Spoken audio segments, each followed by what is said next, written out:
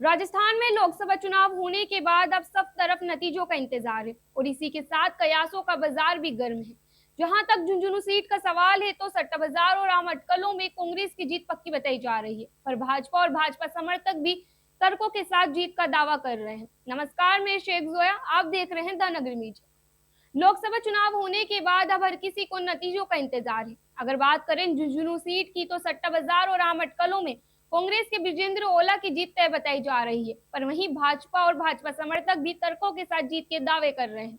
लेकिन झुंझुनू लोकसभा में इस बार 52.29% मतदान होने के चलते यहां साफ हो चुका है कि चुनावों में चाहे कांग्रेस जीते या फिर भाजपा, लेकिन जीत हार का अंतर केवल 50,000 से अधिक का नहीं होगा। मतदान प्रतिशत कम रहने के भी अपने अपने तर्क दिए जा रहे हैं। कुछ का कहना है शादियों का मौसम था, तो कुछ कह रहे हैं गर्मी बहुत ज्यादा रही।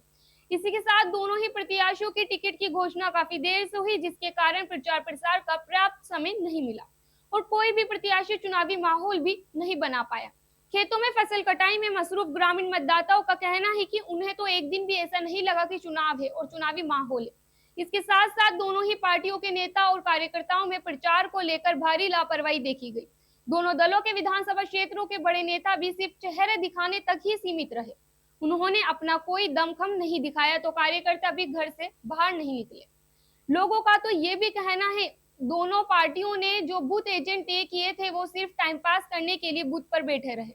कोई बूथ मैनेजमेंट नहीं दिखा, यहाँ तक कि भाजपा जो बूथ मैनेजमेंट के लिए जानी जाती है वह भी बेपरवाह रही। कांग्रेस प्रत्याशी विजेंद्र ओला के समर्थन में चाहे सभी कांग्रेस एक जाजम पर दिखे हों, लेकिन उन्होंने कोई मेहनत नहीं की। जब विजेंद्र ओला उनके क्षेत्रों में आए तो वे उनके साथ दिखे, इसके अलावा उन्होंने घर पर आराम किया। यही हाल भाजपा नेताओं का भी था।